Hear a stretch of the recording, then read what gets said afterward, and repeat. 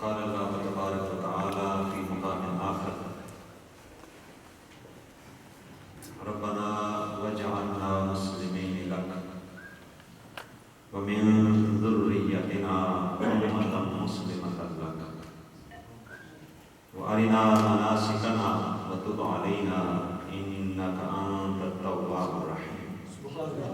صدق اللہ مولانا العظیم وصدق رسول النبی الکریم۔ مولاي صل وسلم دائما ابدا على حبيبك خير الخلق كلهم محمد سيد الكونين والثقلين والفريقين من عرب ومن عجم يا رب بالمصطفى بلغ مقاصدنا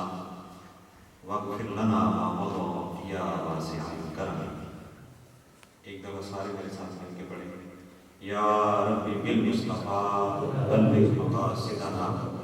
یا رب بالمصطفیٰ بلغ مقاصدنا، یا رب بالمصطفیٰ۔ اے اللہ حضور کے صدقے ہمارے مقصد پورے فرما، اور جو ہم سے غلطیاں ہوئی ان کو معاف فرما، یا رب بالمصطفیٰ بلغ مقاصدنا، یا رب بالمصطفیٰ بلغ مقاصدنا واغفر لنا ما مضى یا واسع الکرم۔ معزز محترم حاجی نثار صاحب سرپرست امام خطیب مرکز ضیاء احمد کروپی، محترم مقام جناب محمد اسلم چودھری صاحب صدر منہاج القرآن انٹرنیشنل یونان، اور جناب محمد عامر علی قادری صاحب صدر مجلس شورا منہاج القرآن انٹرنیشنل، حافظ شاہ محمود قادری صاحب خطیب و امام منہاج القرآن انٹرنیشنل کروپی، محمد منیر صاحب صدر، ڈاکٹر نجر صاحب ناظم، اور منہاج القرآن انٹرنیشنل کروپی مرکز کے جملہ عہدیداران، ممبران، اور ضیاء محمد فاؤنڈیشن کے تنظیم کے جملہ عہدیدارانوں، وابستگانوں، ممبران، حاضرین و سامعین، السلام علیکم۔ اللہ رب العزت کے حضور دعا ہے اللہ کریم ہم سب کی حاضری اپنی بارگاہ میں قبول فرمائے۔ آج انٹرنیشنل ضیاء فاؤنڈیشن گروپی کے اس مرکز پر حاضری دے کر میرے نار میں مجھے سب سے بڑی خوشی ہے مجھے اس بات پر، اور میں نے جب مجھے پتا چلا اپنے ساتھیوں سے کئی طرح سے آپ وضو کرتے ہیں ہر روز تو پائپ ہوتا ہے پائپ، تو آپ ایک ٹوٹی سے وضو کرتے ہیں اور دوسرا پائپ دوسری ٹوٹی سے وضو کر رہا ہوتا ہے، تو اس میں کوئی نہ خطرے والی بات ہے، نہ اختلاف والی بات ہے، نہ پریشانی والی بات ہے، کیونکہ آپ کی ٹوٹی جس پہ آپ وضو کر رہے ہیں وہی جگہ ہے، پیچھے پانی تو ایک ہی پائپ سے آ رہا ہے۔ اگر یہ کوئی کہے جی آپ اس پہ کیوں کر رہے ہیں، اس پہ کیوں نہیں کر رہے، یا میرا اس سے فرق ہے، تو کوئی فرق ہوتا ہے؟ ہاں اگر ٹوٹی خراب ہو تو پھر فرق ہوتا ہے، اگر خراب ہو جائے تو پھر فرق ہوتا ہے، لیکن الحمدللہ یہ جو دو سورسز ہیں فیض کے، الحمدللہ دونوں ٹھیک چل رہے ہیں، اور ہمارا دونوں کا مرکز اور منصب اور مقصد وہ ایک ہی ہے۔ ہم جب جامعہ میں پڑھتے تھے منہاج القرآن انٹرنیشنل میں، اس وقت سے لے کے پہلے سال سے آخر سال تک اور آج تک ہمیں یہ بتایا گیا، ہمیں یہ سمجھایا گیا، ہمیں یہ ثابت کروایا گیا کہ نام دونوں اپنے اپنے ہیں لیکن کام دونوں کا ایک ہے۔ اور حضور ضیاء احمد ہمیشہ چونکہ بڑے تھے حضور شیخ الاسلام سے ہمیشہ شفقت اور محبت کا سلوک کیا، اور مجھے پتا ہے میں اس میں تھا تو نہیں کیونکہ ابھی میرا ایڈمیشن نہیں ہوا تھا،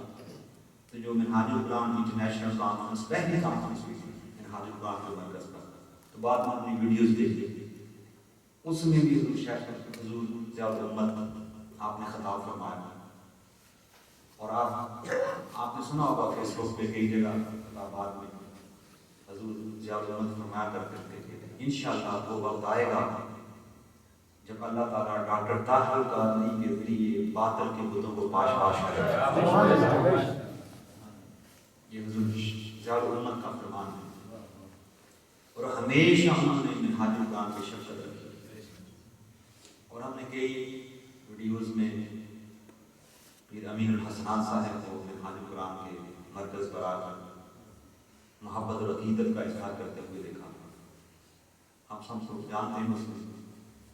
اور ہم جو طلباء ہوتے تھے منہاج القرآن کے اور جامعہ غوثیہ زیرہ شریف کے، جامعہ محمدیہ غوثیہ زیرہ شریف، تو یقین کرے ایک دفعہ انٹر کالجیٹ مقابلہ ہوا تقریروں کا، یہ بڑی دلچسپ بات ہے۔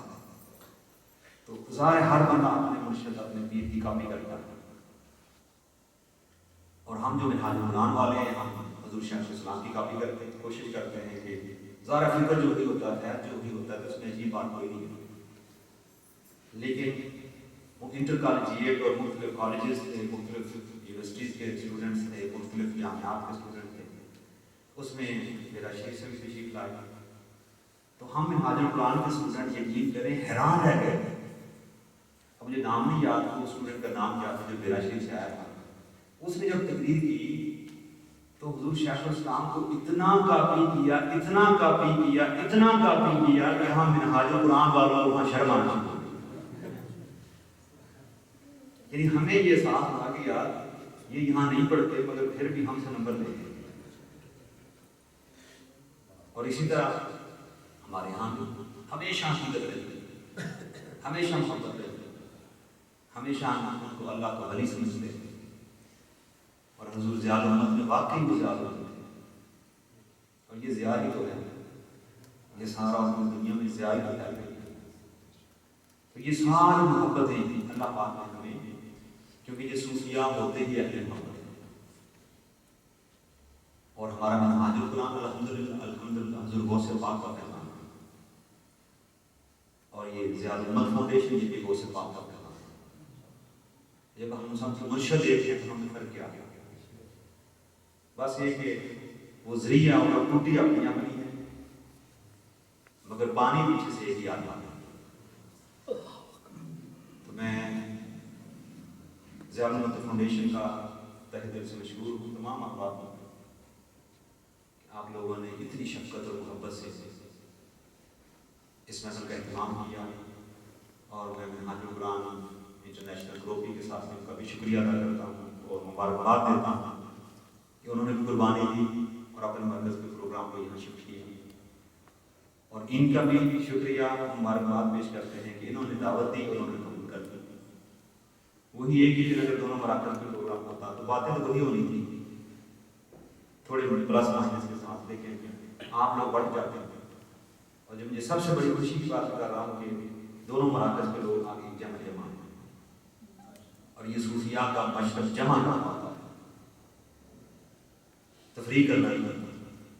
الحمدللہ یہ آپ نے کام کیا، میں آپ کو پھر مبارکباد دیتا ہوں، اور تصویریں بنانے والوں سے عرض کرتا ہوں کہ یہ جو سامنے بچے بیٹھے ہیں کہ تصویر بنائیں، اور آپ تھوڑا پیچھے آ جائیں، بڑے پیارے لگتے ہیں، یہ اس وقت میں کی جان ہے یہ مجھے، اگر کوئی چھوٹا سا پیارا سا وہ بھی آگے آگے پیچھے نہ رہے، ادھر آپ تصویر لے لیتے اور زیادہ اچھا ہوتا، تصویر ادھر سے، یہی میں کہہ رہا تھا کہ وہ ادھر سے آگے آپ تصویر لے لیں،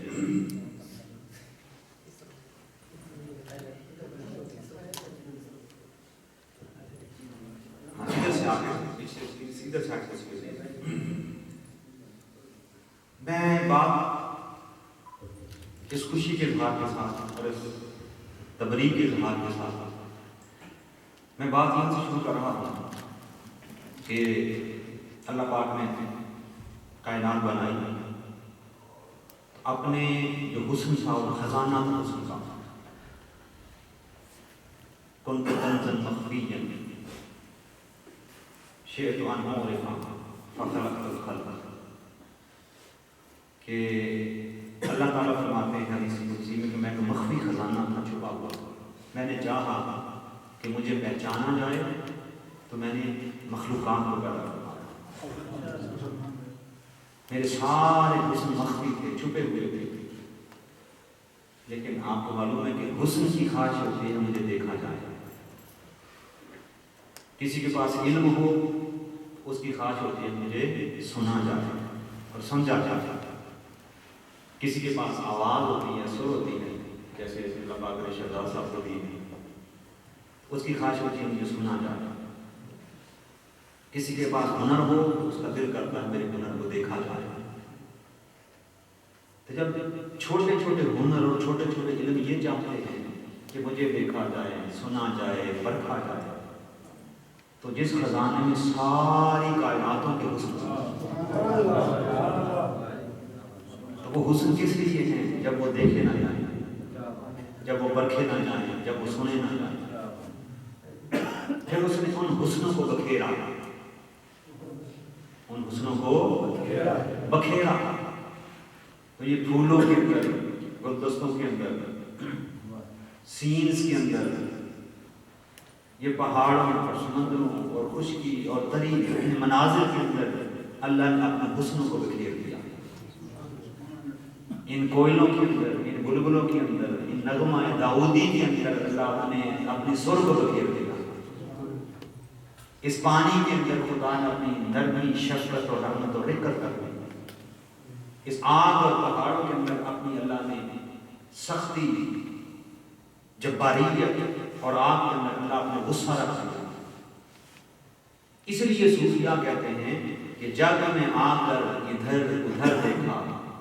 تو ہی آیا نظر جدھر دیکھا، جب میں آ کر ادھر ادھر دیکھا تو ہی آیا نظر، میں بولے سارے تو ہی آیا نظر۔ میں کوئی بہت جلالی حکیم نہیں ہوں،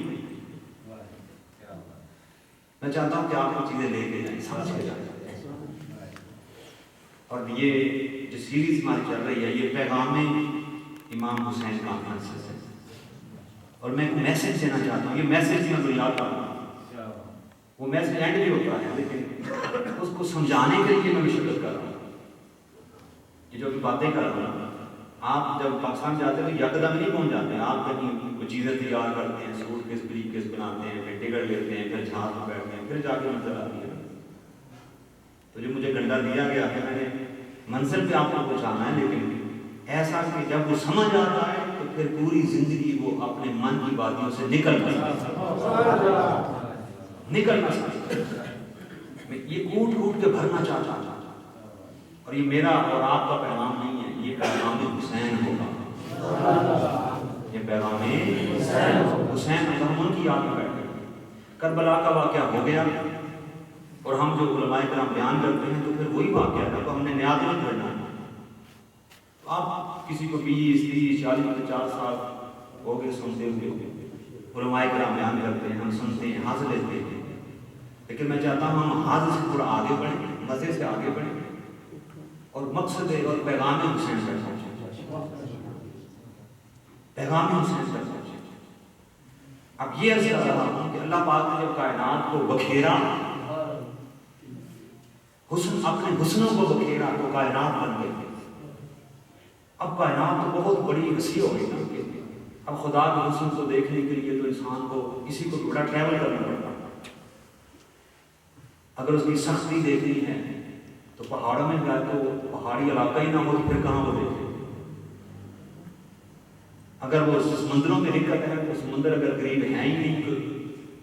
تو پھر کہاں وہ دیکھے گا؟ اللہ پاک نے چاہا کہ وہ سارے حسن جو میں نے بکھیر دیے تھے اگر کسی ایک پیکر میں دیکھنے ہوں تو جا کے وہاں دیکھنے میں حسن۔ اللہ پاک نے حضرت انسان کو پیدا کیا، حضرت بولے حضرت یوں کہہ لیں حضرت آدم علیہ السلام کو پیدا کیا، اور پھر انہی کے اندر پھولوں سے زیادہ حسن رکھ دیا، سب پھولوں کا ملاپ حسن رکھ دیا، انہی کے اندر آگ کی تپش غصے کی صورت میں رکھ دی، انہیں کے اندر پتھروں سے بھی سختی رکھتی ہے اسی انسان کے اندر، انہیں کے اندر پانی سے زیادہ نرمی رکھتی ہے، اسی انسان کے اندر پھولوں سے زیادہ شگفتگی رکھتی ہے، اسی انسان کے اندر ساری خوبصورتی بنا، اور پھر ہر انسان کے اندر کسی میں کوئی خوبی زیادہ، کسی میں کوئی خوبی زیادہ، تو کسی نے چاہا کہ بولا یہ تو خوبیاں بکھر گئی، پھر مسئلہ بن گیا، وہ پہلے والا مسئلہ پھر بن گیا، اب ساری خوبیاں تو ایک انسان میں نہیں ہیں، تو تیرے حسن کی ہم ساری خوبیاں دیکھنا چاہیں تو وہاں کہاں دیکھیں؟ تو فرمایا اگر وہ ساری خوبیاں جو میرے حسن کی نکھری تھی اور کائنات بنی تھی اور جمع ہو کر انسان کی ذات بنی تھی، اب انسان بکھر گئے، خوبیاں پھر بکھر گئی، اگر واپس ایک ذات میں دیکھنا چاہتے ہو تو میرے محبوب محمد مصطفیٰ کی ذات، اگر وہ سب یکجا دیکھنا چاہتے ہو میرے حسن کو، تو حسن خداوندی بکھرا تو کائنات بن گئی، اور حسن کائنات سمٹا تو مصطفیٰ کی ذات، حسن کائنات سمٹا مصطفیٰ کی ذات بن گئی۔ اب جب ذات مصطفیٰ بن گئی حسن کی، اب ایک اور اینگل سے دیکھیں، ہر انسان کے اندر مختلف کیٹیگریز ہیں، تفاوت ہے، درجہ بندی ہے، فرق ہے، اور فرق علماء اس طرح بیان کرتے ہیں کہ سارے انسان، اب انسان وہ ہے، اللہ پاک نے فرمایا کہ حضرت انسان کو میں نے اپنی صورت میں پیدا کیا، اب اس کی تشریح میں نہیں جاننا چاہتا، اپنی صورت میں پیدا کیا۔ اب انسان کا مقام یہ ہے لقد خلقنا الانسان فی احسن تقویم، یہ کائنات میں خوبصورت ترین مخلوق ہے انسان، حسن تقویم کے ساتھ سب سے خوبصورت اور سب سے اعلیٰ، اور اس انسان کا مقام یہ ہے کہ ابھی اس نے نہ لا الہ الا اللہ کہا تھا، نہ بسم اللہ کہا تھا، نہ اللہ کہا تھا، کچھ بھی نہیں کیا تھا، اور ادھر فرشتے سے کروڑوں سال عبادت کی تھی، آدم علیہ السلام کے پلے ابھی ایک لفظ بھی نہیں تھا، ایک نیکی بھی نہیں تھی، ایک عبادت بھی نہیں تھی، اور شیطان کے پاس لاکھوں برس کی عبادت تھی، اور فرشتوں کے پاس جب سے تکلیف ہوئے تھے عبادتیں تھی، مگر اللہ پاک نے حضرت انسان کو مقام عطا فرمایا کہ کچھ بھی نہیں ابھی کیا، صرف تخلیق کیا ہے، تو سارے عابدوں کو حضرت آدم کے حضور جھکا دیا، سبحان اللہ، سجدہ کروا دیا اللہ پاک نے عابدوں کو۔ اب دوسری اگر میں زبان علمی زبان میں بولوں تو عابدوں کو عالم کے سامنے جھکا دیا، عابدوں کو عالم کے سامنے جھکا دیا۔ اب آپ کہیں گے یہ کہاں سے نکل آئی تھی، عالم کے سامنے کیسے جھکا دیا؟ اب یہ تو مانتے ہیں کہ عابد تھے، یہ تو مانتے ہیں نا عبادت لاکھوں برس کی تھی ہوگی، اور آدم علیہ السلام عابد نہیں تھے، آدم علیہ السلام عابد کیونکہ ابھی تو عبادت شروع بھی نہیں ہوئی، اس وقت نہیں تھے، بعد میں عبادت کرتے رہے۔ اب کوئی یہ نہ کہتے ہیں کہ آپ نے کہا وہ عابد نہیں تھے، اس وقت تک ابھی اپنی عبادت کی نہیں۔ فَإِذَا صَفَيْتُهُ وَنَفَخْتُ فِيهِ مِن رُوحِي فَقَعُوا لَهُ سَاجِدِينَ، ادھر تخلیق کیا، ادھر روح پھونکی، تو قرآن کہتا ہے سجدے میں گرا، کوئی عمل نہیں کیا۔ ہاں یہ تھا وَعَلَّمَ آدَمَ الْأَسْمَاءَ كُلَّهَا، یہ تھی آیت، اللہ پاک نے فرشتوں کو جھکانے کے لیے دلیل کے طور پر حضرت آدم علیہ السلام کو علوم عطا فرما دیا، علوم علم عطا فرما دیا، اس لیے وہ عالم بن گئے اور یہ عابد بن گئے۔ اب حضور نے فرمایا مداد قلم عالم خیر من دم شہید، فرمایا کہ عالم کے قلم کی سیاہی شہید کے خون سے بہتر ہوئی۔ بڑا بجھ کے سمان لگا ہے باز عالم کی تعریف، ہاں جی میں عالم نہیں ہوں، یہ نہ سمجھے کہ میں عالم ہوں، میں تو عالموں کے قدموں کی خواب بھی نہیں اور جوڑے بھی اٹھانے کے قابل نہیں، میں علماء کی بات کر رہا ہوں، میں حضور ضیاء الحق کی بات کر رہا ہوں، میں حضور شیخ الاسلام کی بات کر رہا ہوں، وہ عالم ہیں جن کو زمانہ مانتا ہے، ہمیں تو گھر والے نہیں مانتے، ہم ہمارے کیا کہنے ہیں، تو یہ میں سمجھتی کہ میں تو اپنی بات کر رہا ہوں، میں علماء حق کی بات کر رہا ہوں، عرض یہ کر رہا ہوں کہ یہ جس ایک انسان یہ بات تھی کہ لاکھوں برس بات کرنے والوں کو وہاں جھکا دیا. اب انسان پہ آ جائیں. علامہ اقبال کہتے ہیں کہ فرشتوں سے بہتر ہے انسان بننا. فرشتوں سے بہتر ہے بھائی بول لیں فرشتوں سے بہتر ہے انسان بننا، مگر اس میں پڑتی ہے محنت زیادہ. مگر اس میں پڑتی ہے محنت زیادہ. تو جو محنت کرے گا وہ فرشتے سے اونچا ہو جائے گا، پھر فرشتے اس کے خادم بن جائیں گے، وہ مخدوم ملائک بن جائے گا. تو انسان کی قدر یہ ہے کہ اللہ پاک نے فرشتے سے سجدہ کروا دیا. اب ان انسانوں کی بات کر رہا ہوں، وہ سارے انسان جو مخلوق ملائک ہیں وہ سارے مل کے ایک ولی کی ولایت کا مقابلہ نہیں کر سکتے. جو مسجد ملائک ہیں، ویسے تو ہر انسان مسجد ملائک ہے کیونکہ آدم علیہ السلام کی اولاد، ہمیں وراثت میں وہ چیز ملی ہے نا سب کو. اگر وہ اس وراثت